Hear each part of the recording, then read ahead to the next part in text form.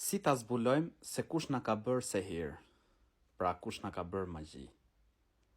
Të këshilloj që me këtë pjesë mos merresh, sepse shejtani luan shumë me njerëzit, sidomos ke çështja se kush të ka bërë sehir.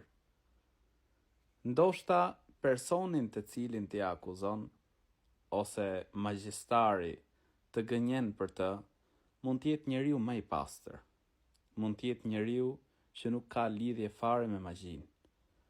Ndërkohë për të fut përçarje mes fisit, për të shkëput lidhjet farefisnore, të bën të ndjesh ose të shfaqet në ëndër, apo të thot magjistari se magjin ta ka bërë filani, ndërkohë ai nuk ka lidhje fare. Prandaj, njeriu nëse është i sprovuar me magji, le t'i lutet Allahut lartësuar, Zotit gjithësisë, i cili e ka në dorë jetën tonë, i cili thot ud'uni astajib lakum, lutmuni mua të përgjigjem ju. Le t'i lutet Zotit gjithësisë për shërim. Dhe mos merret fare se kush e ka bërë, si e ka bërë, mos merret me këtë pjesë. Por le t'i kërkoj Zotit gjithësisë shërim, dhe Zoti i gjithësisë është ai që shëron. Wa idha maridtu fa huwa yashfin. Dhe kur unë sëmurem, ai më shëron. Kështu e përmend Allahu i lartësuar në Kur'an.